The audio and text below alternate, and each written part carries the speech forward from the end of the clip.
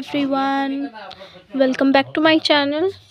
So how are you liking my videos? Please do let me know कि आप मेरी video को like आपको समझ आ रहा है मेरे वीडियोस देख के कि नहीं.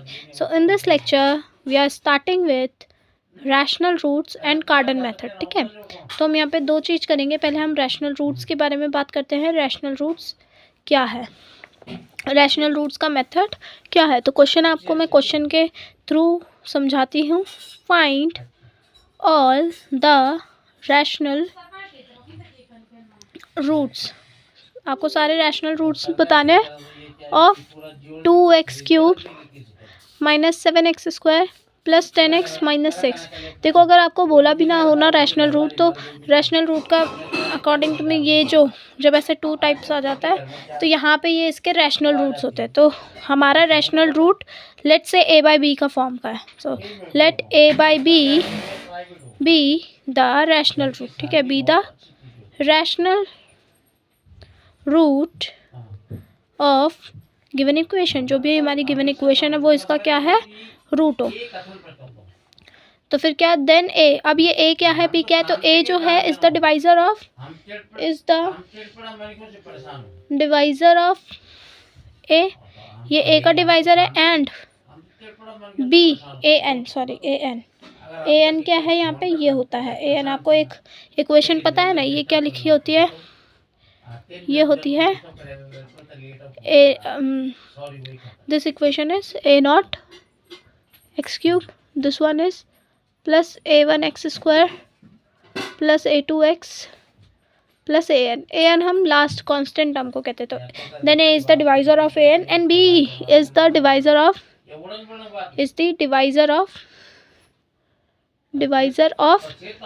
ये a0 वो जो हाईएस्ट टर्म का हाईएस्ट डिग्री कोफिशिएंट होता है. ठीक है, हाईएस्ट टर्म का कोफिशिएंट होता है, डिवाइजर ऑफ a0. ठीक है, ये समझ आया अभी तक, थोड़ा थोड़ा है. ठीक है, सो an की मैं वैल्यू लिख रही हूँ यहाँ पे, ये -6 है एंड a0 क्या है हमारा 2. तो फिर हमारा क्या आ गया, 2 एक कॉमन डिवाइजर आ गया. तो x हमारा जो रूट है वो ऐसे a/b फॉर्म का, 2 हमारा कॉमन डिवाइजर आ रहा है. तो हम क्या कर रहे हैं, let y is equals to 2x. मैंने क्या कहा, y क्या है 2x के बराबर है, b N integer. This is my equation 1. तो हमने क्या करा, हमने जो हमें इक्वेशन दे रखी है ये वाली इक्वेशन, इस इक्वेशन को मैंने किससे मल्टीप्लाई करा, 4 से मल्टीप्लाई कर दिया. तो let me multiply the given equation by 4. ये थोड़ा लंबा मेथड है तो it will take time, but yes helpful है. 8x³ y क्या आ गया हमारा, 8x³ -28x² प्लस 40x -24. ठीक है, ये आ गया. और फ्रॉम वन को हम क्या करेंगे, we will take cube both side हम क्यूब ले लेंगे. बोथ साइड हमने क्यूब लिया तो क्या आया, y³ की वैल्यू हमारी आ गई 8x³ है ना. y³ क्या आ गया हमारा 8x³.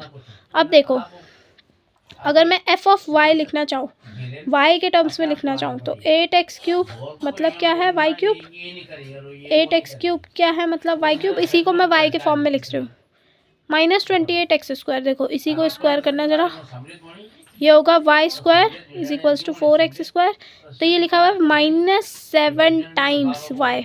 ठीक है, x वाला y इक्वल्स टू 2x है, तो ये लिखा हुआ है 20y प्लस का 20y माइनस का 24 एज इट इज़. ठीक है, ये हमारी इक्वेशन आ गई.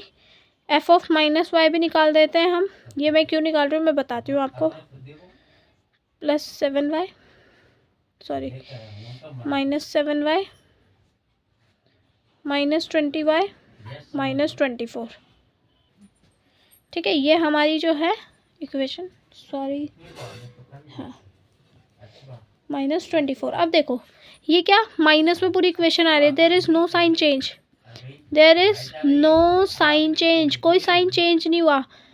ठीक है, f ऑफ -y में, इट मीन्स इसके कोई नेगेटिव रूट नहीं होंगे. It means there is no negative roots. इसके कोई भी मतलब रूट्स नहीं होंगे, नेगेटिव नहीं होंगे, पॉजिटिव होंगे. कितने होंगे देखो, एक बार साइन चेंज हुआ, फिर वापस से हुआ 2 बारी, फिर तीसरी बारी, तो 3 पॉजिटिव रूट्स होंगे या फिर 1 पॉजिटिव रूट होगा। पॉजिटिव की बात नहीं कर रही अभी मैं, ठीक है, लिख देती हूँ। एंड इट विल हैव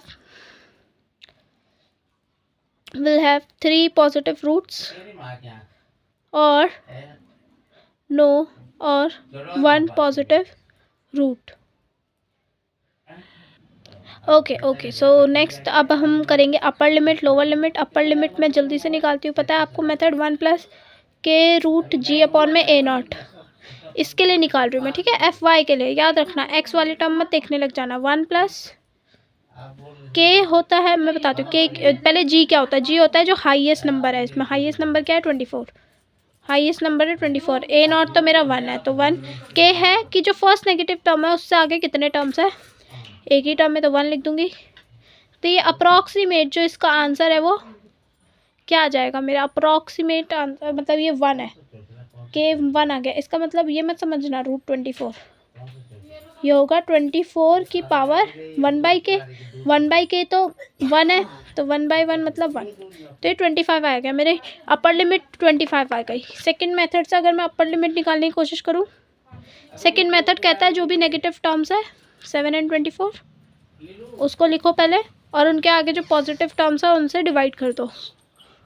कितनी पॉजिटिव टर्म है 1, पहले 7 के लिए सिर्फ 1 है, एंड 24 के लिए क्या है 1 + 20 21, और जो भी इन दोनों में से बड़ा उसे लेते हैं। तो ये 7 वाला बड़ा है, 7 में 1 ऐड कर दो तो 8 हमारी आ गई upper limit by second method, and lower limit हम डायरेक्टली -8 कह देते हैं, ठीक है। इसी का नेगेटिव हम -8। अब देखो, अब नेक्स्ट हमारी f(y) ये है, ठीक है, पर हमें लोअर लिमिट की तो वैसे कोई ज़रूरत नहीं है। क्यों? क्योंकि हमने बोला कि हमारे कोई नेगेटिव रूट्स हैं ही नहीं, ठीक है। साइन चेंज देखो कितना, डिस्कार्टेज रूल ऑफ साइन चेंज से हमारी कितनी हेल्प हो गई। तो लोअर लिमिट निकालने की कोई ज़रूरत नहीं है। अपर लिमिट हमें मिल चुकी है 8 कि मतलब इससे बड़े नहीं होंगे रूट्स, इससे छोटे ही छोटे होंगे। इसका कांस्टेंट है 24, फैक्टर्स ऑफ 24 निकालो, factors of 24 which will be 1 2 4 6 8। अब आगे वाले में फैक्टर्स नहीं लिख रही, और 3 भी, 3 इज ऑल्सो द फैक्टर। अब हमें दिख रहा है, देखो हिट एंड ट्रायल से ना, मैंने ये क्वेश्चन पहले से सॉल्व किया हुआ है, तो मुझे पता है 1 और 2 आर नॉट द रूट्स, 1 और 2 आर नॉट द रूट्स, ठीक है। तो हम 3 के लिए चेक करेंगे। सो वी ट्राई फॉर 3 के लिए चेक करते हैं, वही आपको न्यूटन्स मेथड, ठीक है। 3 लिया, यहाँ पे जो भी सारे कोफिशिएंट है -24 20 -7 1 24 20 -7 एंड 1। 3 की टेबल में -24 -8 टाइम्स आता है, ऐड कर दो, आपके पास आ गया 12। 3 की टेबल में 12 4 टाइम्स आता है, ऐड कर दो -3। 3 की टेबल में -3 -1 टाइम्स आता है, ये आ गया 0। सो y = 3 इज अ रूट, ये इसका रूट आ गया। तो y - 3 क्या हो जाएगा, फैक्टर हो जाएगा। तो जो भी is a factor of, factor किसका है ये, y³ -7y² + 20y -24 का ये फैक्टर है। तो जब आप y - 3 को ना इससे डिवाइड करोगे तो आपके पास ऊपर क्वेश्चन में जो टर्म आएगी वो ये आएगी। तो आप इसे ऐसे लिख सकते हो, y - 3 अगर तुम इससे कॉमन निकाल दो इस पार्ट से, है ना, तो वो ऐसा आ जाएगा, माइनस का y² प्लस का 4y माइनस का 8, ठीक है। सॉरी, हाँ, ये प्लस का y² है, ये -4y है, ये प्लस का 8 है, ठीक है। ये ऐसे, तो मतलब ये ऐसे कुछ आ जाएगा। इस इक्वेशन को मैं ऐसे लिख सकती हूँ। डिवाइड, आई होप सो तुम सबको आता हो, है ना, डिवाइड कैसे करते हैं, डिवाइड करके क्वेश्चन आता है उसे ही लिख देते हैं बस यहाँ पे, है ना, ये बात तो पता होगी। आई होप सो, ठीक है। तो यहाँ पे अगर आप इसका